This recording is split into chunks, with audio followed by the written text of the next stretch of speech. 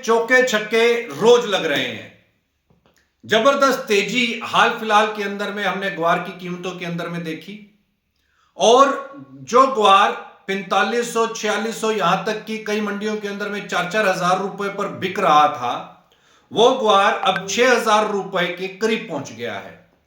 पिछले 15 दिन के अंदर में करीब करीब 50% की बड़ी जबरदस्त तेजी यहां पर ग्वार की कीमतों के अंदर दिखाई दी है।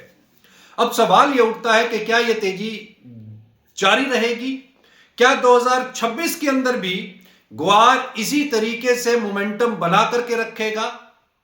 बस थोड़ा सा सतर्क रहने की यहां पर जरूरत जरूर रहेगी।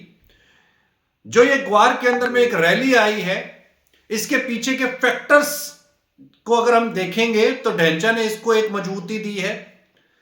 फर्टिलाइजर के बीच के अंदर में ग्वार के लिए एक नया बाजार खुलता हुआ दिखाई दे रहा है।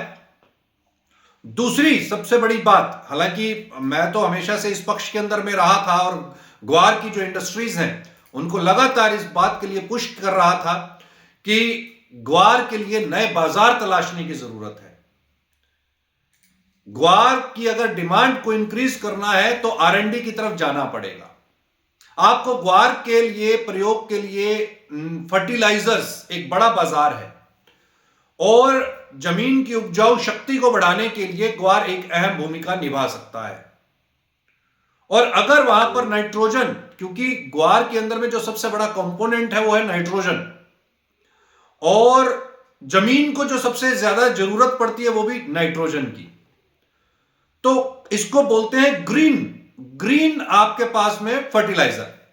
तो ग्रीन फर्टिलाइजर्स की जो पूर्ति इस समय पर हम देख रहे हैं वो ढेंचा और ग्वार से मुमकिन है।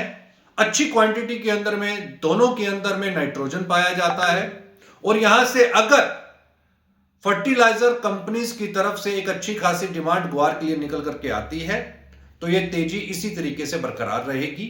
और ग्वार सीड जो करीब करीब 6,000 रुपए के नजदीक ही कहूंगा मैं इसको, 5600 5700 5800, तो 6,000 रुपए के करीब करीब जो इस समय पर ग्वार सीड कारोबार कर रही है, उसको हम 8,000 रुपए 9,000 रुपए पर भी जाते हुए देख सकते हैं।